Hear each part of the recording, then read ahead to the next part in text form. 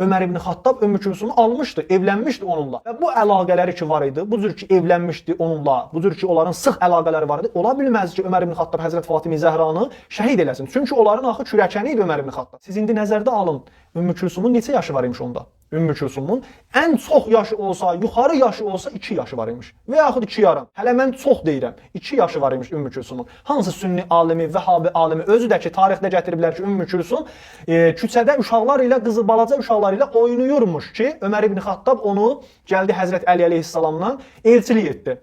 Bu da sünnilərin kitablarında vardı. Yəni mən başa düşmürəm hansı sünni alimi, hansı Vəhabi alimi özlərinə, öz qeyrətlərinə sığışdıra bilərlər ki, küçədən öz balaca yaşlı qızları ki, evcik oynayır orada, onu tutub gətirib qoca kişiyə versinlər. Üçüncü dəlil isə əzizlər, üləma həm sünni alimləri, həm şia alimləri, Həzrət Əli əleyhissalam və Həzrət Fatimi Zəhra salamullah əleyhanın bunlardan Ümmü Külsum adında bir qız olmağında ixtilaf ediblər. Yəni hələ bunda ixtilaf vardır ki, aya Həzrət Əli əleyhissalam və Həzrət Fatimi Zəhra salamullah əleyhanın bunların ikisindən bir dənə Ümmü Külsum adlı qız dünyaya gəlibdir, yoxsa yox, bunda nə qədər ixtilaflar eləyiblər. Sünni alimləri deyirlər ki, 3 dənə övladı olubdu, bəziləri deyirlər ki, 3 övladları olubdu. İmam Həsən, İmam Hüseyn, Həzrət Zeynəb. Bəziləri deyirlər ki, 4 dənə olubdu.